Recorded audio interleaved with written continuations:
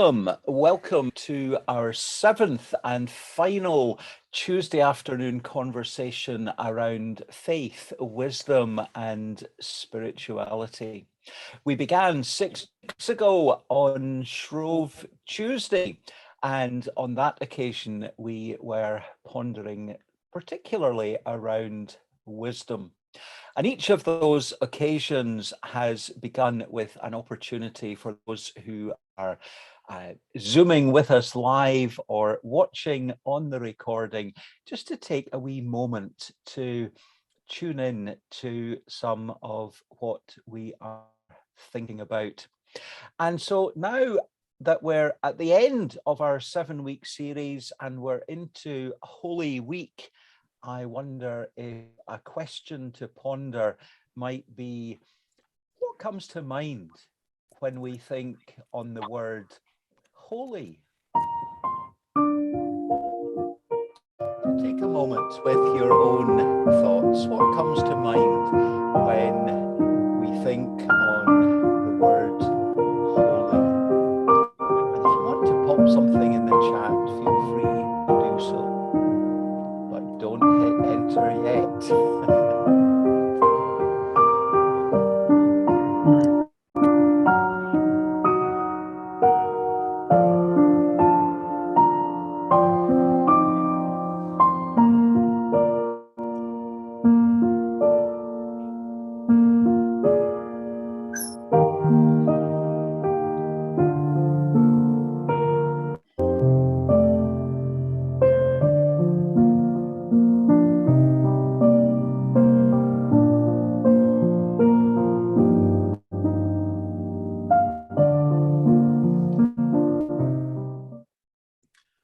Well, today I am delighted to welcome as our guest the Reverend Sally Foster Fulton, Head of Christian Aid in Scotland.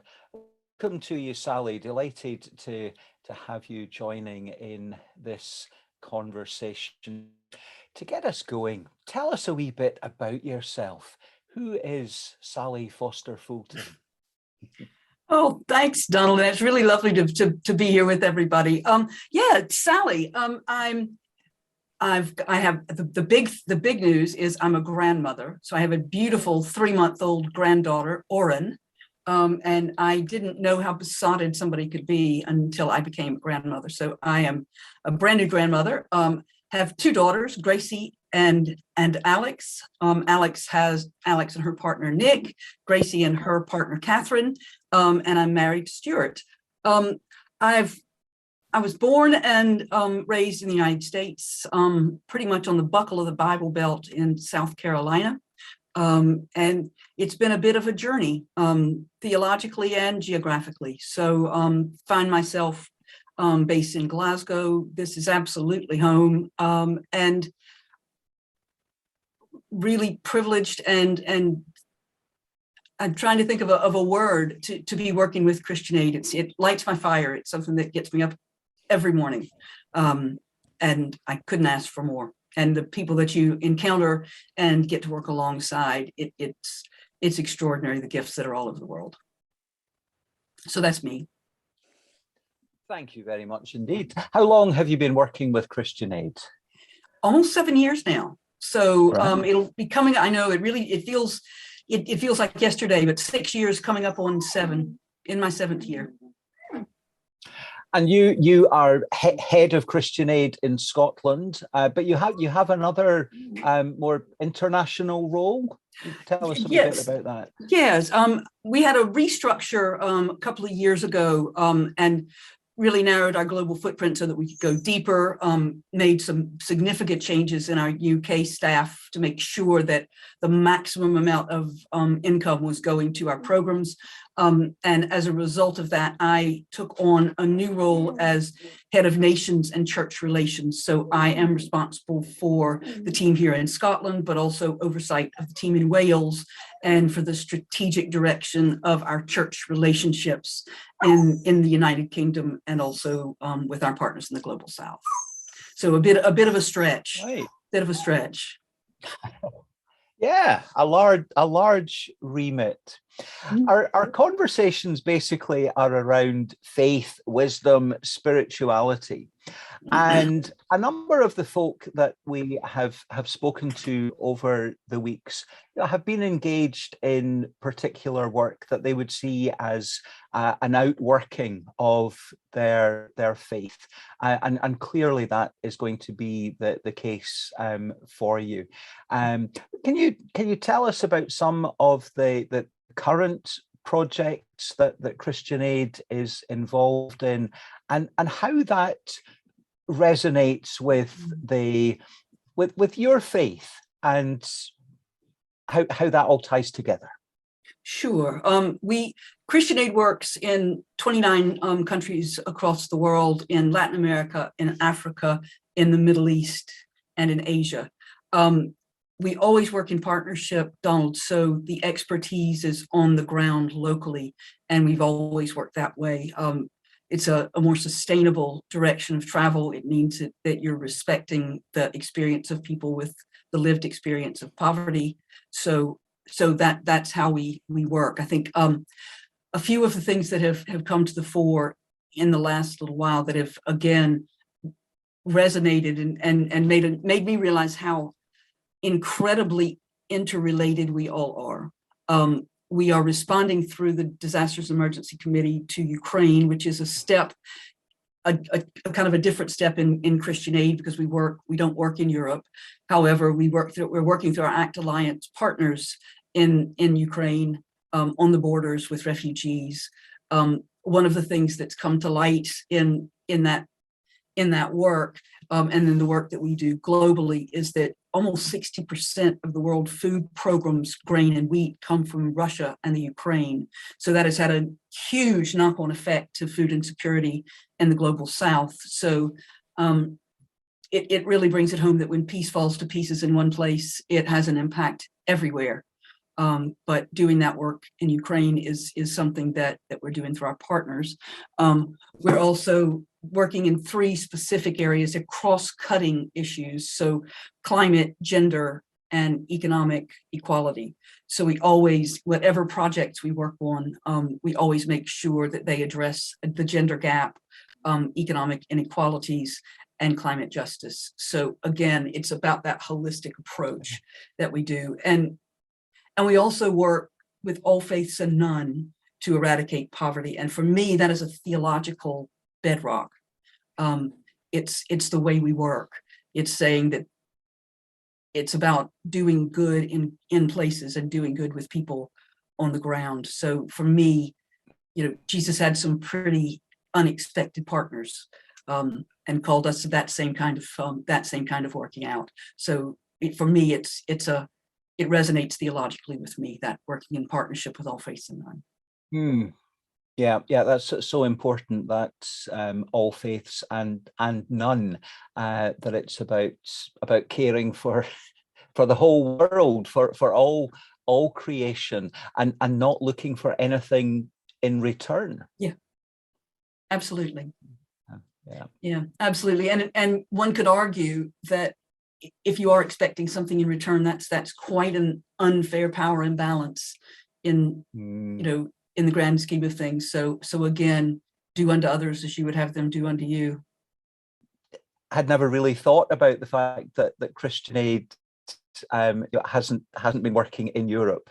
But yeah, so tell us a wee bit about some of the other areas around the world where Christian Aid is most active at the moment. Okay, we are working very closely. We're in Myanmar, in some of the refugee camps there. So we are running some of the biggest refugee camps there. We are also in South Sudan and in Ethiopia, working again with climate catastrophes. We've had to make a huge shift to, and I think that's something that I hope we can move back into the center. But because of COVID and a lot of the natural disasters that have been happening, we've moved into a space where we're doing a lot more humanitarian work. So immediate humanitarian aid. What we hope to do is work with is kind of have a balance between humanitarian aid, which is immediate response, long-term sustainable development in programs across the world where we're making kind of building bridges that pull people out of poverty and help them pull themselves out of poverty, and that campaign and advocacy space that challenges the structural injustices that keep people poor. We're having to do a lot more humanitarian work. So Myanmar, South Sudan, Syria, the Middle East, Palestine, and Israel, those spaces where need is greatest. We also made a significant shift in our restructure 2 or 3 years ago. And so we are now working with communities in extreme poverty, so living on less than $2 a day. So there had been a bit of mission creep, and that was a sign of success, actually, that we were moving out of those spaces and continuing projects past the point where we were most effective. And so being able to say we're working in that very specific space of last mile communities living on less than $2 a day with no safety nets, is a specific space for us to inhabit. It means that we begin to help close those chasms, and then the work continues by local partners on the ground, and they pick up that mantle. There will be many folk who would say that the humanitarian aid is something that doesn't require Christian faith or any faith. Maybe just thinking back to the question I posed at the beginning, what comes to mind when you think on the words holy? And maybe sometimes there's a slightly pejorative sense in that we think maybe sometimes on those that are so holy and heavenly minded that they're no earthly use, and it's about that balance between sharing with others in humanity and seeing that as part of the outworking of our faith. During Lent, I've appreciated listening to the Christian Aid podcast, Walking Humbly, and I know that you have contributed to that. Do you want to say something about the Lent journey towards the cross and beyond, and how that speaks into the very practical aid that Christian Aid is able to partner in? Yeah, and I'm glad you linked that up, Donald. And one thing I'd like to kind of to say before I kind of maybe move into that space is I hope we don't underestimate the power and the influence that faith leaders in the global South have, and the amazing work that we're able to do because they're on the ground and because of the lived example that they set. I'll give one example. In Sierra Leone during the Ebola crisis, if it hadn't been for faith leaders across the different faith spectrums, that disaster would have been 100 times worse. They were able to unpack with people and influence cultural norms like sitting with the sick, like washing the dead, things that increase the Ebola the Ebola crisis, infinitely. They were able to, with theological authenticity, explain to people why those cultural norms had to be adjusted. They were the only ones who could have done that, and they were able to find other ways to be respectful and honor those who were struggling, suffering, or dying. So again, that we work very closely with faith partners whenever and wherever possible, and that work is immensely valued. I think in regards to Lent, I again see Lent as a journey where we really evaluate in our lives what's important and what's not, and reminding ourselves that we are a small part of something so much bigger. And for me, that is very much a faith expression. And if you look across our long-lasting faith traditions, that acknowledgement, almost embracing of the fact that we are a small part of something so much bigger. We are the family of God, and coming back to that family and to that table. And for me, during Lent, it's about that conjuring with what footprint my life is going to leave in this world. Yeah, I mean, when we look at what's happening around the church in the United Kingdom, in Scotland in particular, it seems that more and more are disengaging, and yet when we look at the world picture, Christianity is growing at a rate that it has never seen in its history. You mentioned Malawi. 12 years ago now, I spent a couple of weeks in Malawi, and certainly one of the memories that I take away from that short time is, on the one hand, extreme poverty, and on the other hand, an extreme commitment to Christian faith, or faith in many forms, but Christianity in particular. Yeah, there are lessons that we need to hear and act upon in the so-called rich West. Yeah, absolutely. And it's also that hope, and I think hope gets a bad rap. Hope's not passive. Hope can be very powerful. It's what you're willing to put your weight behind, and I think we have an opportunity to be united by that hope. And for me, that again is a very faith-filled statement, that we are united by hope. We may be in completely different spaces with very different realities, but when we conjure with that what it is to be a small part of something so much bigger, what do we want that bigger to look like for everyone, and what does that mean for us in the spaces we inhabit? Yeah. And I was looking at the Christian Aid website earlier on. The theme for Christian Aid Week this year has something of turning hunger into hope. Is that, yeah, that up correctly? Yeah. Yes, and the story is focusing on Zimbabwe and work that we are doing with communities to help get drought-resistant crops, to bring people together, to make sure that there are dams and water and spaces for that. So again, it's a Christian Aid Week offers us an opportunity to have a kind of to zoom lens into one project, one place, but it's a microcosm of issues that are happening all over. But it's about turning those challenges into places of hope. I know that over the years you have written some worship resources for Wild Goose and perhaps others. How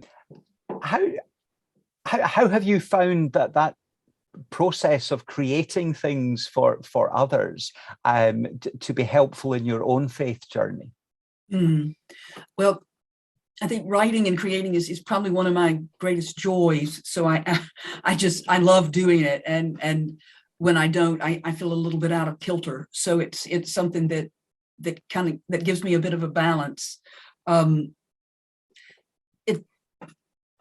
It also helps you dive into that sacred text and find new things, keeping it always fresh. I remember, and I can't remember exactly who said this, but they likened the scriptures to a treasure chest buried way deep in a cave, and you have to go dive deep and come back out one at a time and say, look at this and look at this, and there's something new every time. So again, love writing with other people. One of the things that I do with Christian Aid is write with their worship collective, and it's a very talented group of volunteer liturgists from all over the UK and different parts of the world who help us write the worship resources. We're trying to move away from them just being for key moments like harvest and Christmas, and making it a much more holistic offering ministers and congregations and worship leaders to help support and embed that understanding of justice and theology, and offer those resources more regularly. So that's a project that we're working on, and I love doing it. Yeah. And all those resources are available online for anyone to access? They are, and we are making them much more accessible. So we're working with our web team to make sure that those resources are easily accessed. I think one of the findings was it's difficult on the website's a bit clunky. It's difficult to find them.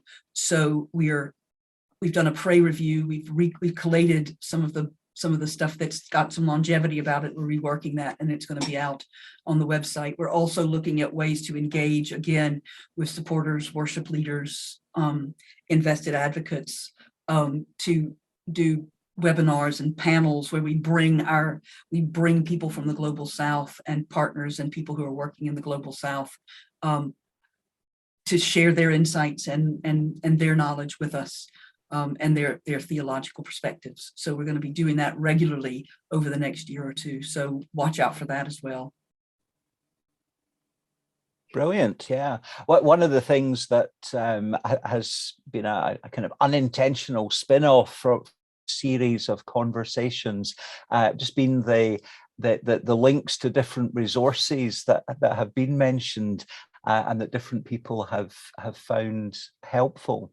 And of course, over the last 2 years, we've had to discover different ways of using the online technology to engage in so much of what we've been doing. And I know that the Christian Aid's annual gathering was something that happened online rather than being in person. Have there been other particular benefits, any other insights from the online world that you would want to comment on, and how it has helped or hindered Christian Aid's work? Okay. Well, one way that it's helped is it's been a catalyst to our getting our house in order when it comes to online communications, that leveled the playing field quite a bit. A wee example is, I was usually, or the Scotland team or the Wales team were usually the ones online, or joining meetings virtually in the UK, and it sometimes felt that you were kind of observing in a fishbowl, or you're kind of observing more than participating. We got a lot slicker at making sure that we're all participating. Our extended leadership team now meets online very regularly, and that's the staff across the leadership team across all the countries that we're working in. So all country managers, all the directors, and pulling that together virtually, and we've learned how to do that much better. One of the other things that we've been working on, and we were already doing it, but because of COVID, and a lot of positive response from supporters, we've been doing a lot more of what's called Just Scripture, which is a model of contextual Bible study that we do with groups in the global South and the global North pulled together. So we're sharing the same text, the same conversations, and learning from each other's perspectives. Working with the Ujamaa Center in South Africa, who are the leaders in contextual Bible study and liberation theology. So they've helped us refine that model. We used it for our annual churches consultation, and the feedback was so positive that we've really invested some time, energy, and capacity in developing that model with them. Brilliant. Thank you very much, Sally, for sharing those. We'll take a little pause just now, and after a breakout pause, we'll maybe bring others into the conversation as well. But in the meantime, thank you very much indeed. Well, welcome back. Hope you had a good time in the breakout rooms. Let's continue our conversation. Fiona, is there anything that you would like to come in on the conversation? Yeah, Sally, you were talking about the humanitarian aid and working towards long-term sustainability. Do you find, or does Christian Aid find that there is much more humanitarian aid needed now as sort of a quick reaction rather than that longer term response of working towards sustainability? Has it changed dramatically? That was my question. I think the balance has definitely shifted over the last wee while, and I think there are probably three mitigating factors. There's always been a balance, and we've always worked responding quickly to humanitarian aid, long-term sustainable development, which are those projects that and programs that move things along into a more sustainable future, and campaign and advocacy.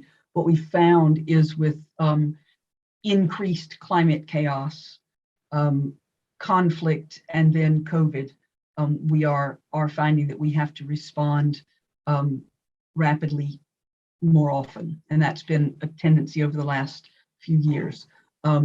Having said that, we also work significantly with those projects on long-term sustainable development, and always have that plan in place even in our humanitarian aid. So there's a longevity about it. We factor that in. So it isn't just about going in and sorting out something short term and then leaving. It's about then what do you do to put things in place to move things in a more positive direction, to build resilience, to help people adapt. That's always part of that humanitarian package. Yeah. And can I ask a follow-up question about whether that is continued by Christian Aid, or how closely are local partner agencies involved? Local partner agencies are always involved. In fact, local partner agencies are always steering things and guiding. So we work through those local partners. They have best access, they have best knowledge, and quite frankly, if you work that way, you're leaving the expertise and growing the expertise in situ rather than importing it, which is a short-sighted way of doing it. So we always work through partners and put those things in place together so they carry that forward. And that helps with what you were mentioning earlier about the power balance as well. It's coming from the people on the ground instead of the people flying in to help kind of idea. Definitely. And it's a respectful way of doing it. I think we can be quite naive sometimes and think that we need to ride in on a white charger and fix things. People are perfectly capable of doing that themselves.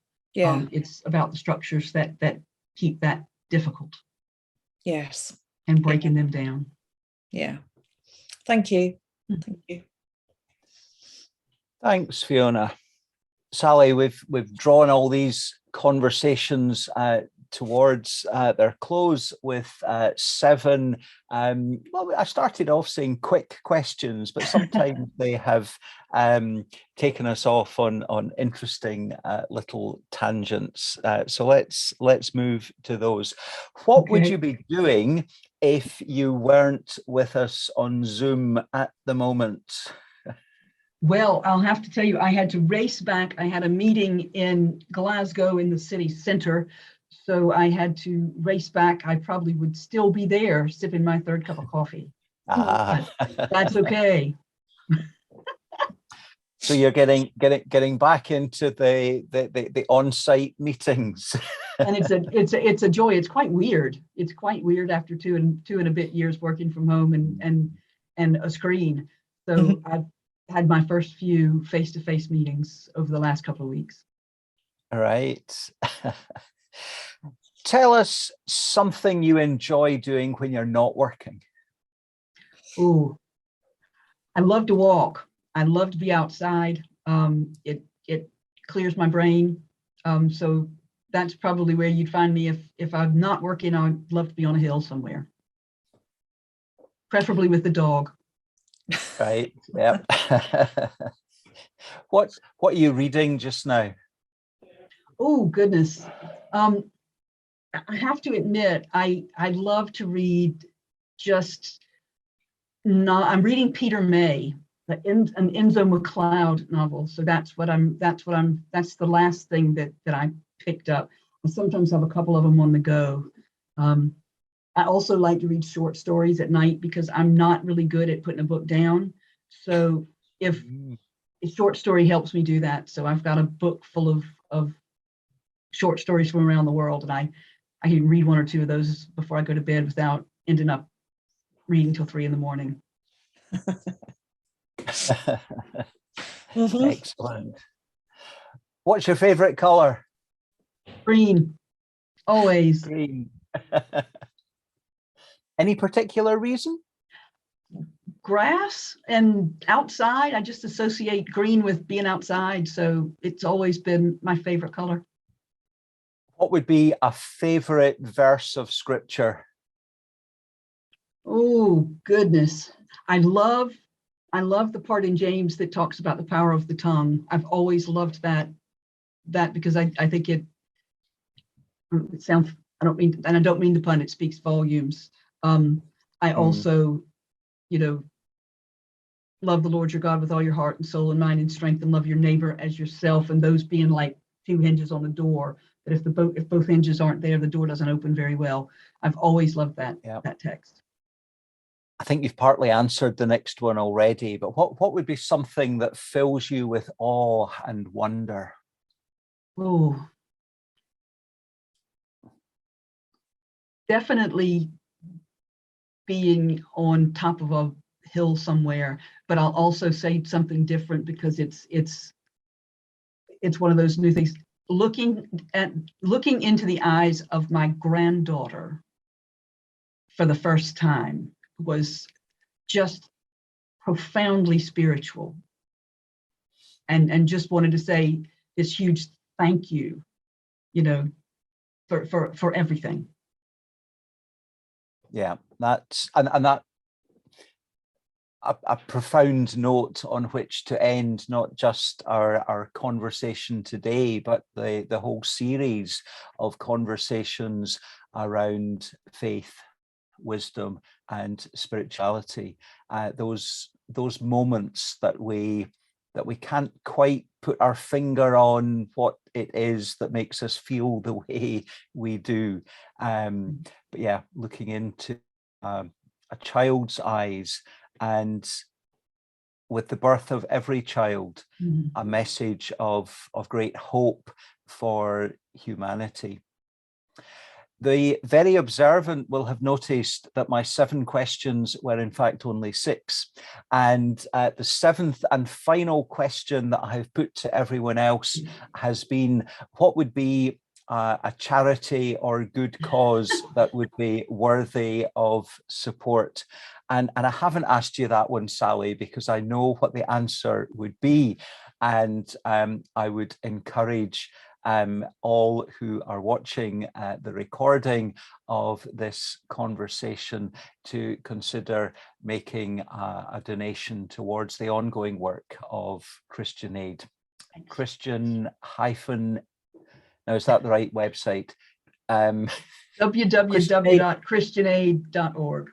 christianaid.org, and then hit the red donate button, and you will be supporting that incredible work in Christ's name around our beautiful world. Sally, thank you very much indeed for sharing in conversation with us today. Sorry, there have been some technical difficulties, but hopefully there will be plenty on the recording for others to engage in. Thank you to Fiona for joining with us live on Zoom. Thank you everyone who has shared today and in the past conversations, and details of them all and links to the recordings you'll find at aksm.org.uk/FWS, faith, wisdom, spirituality. Thank you for engaging in our conversations. and may God bless you all. Thank you. Cheerio. Thank you.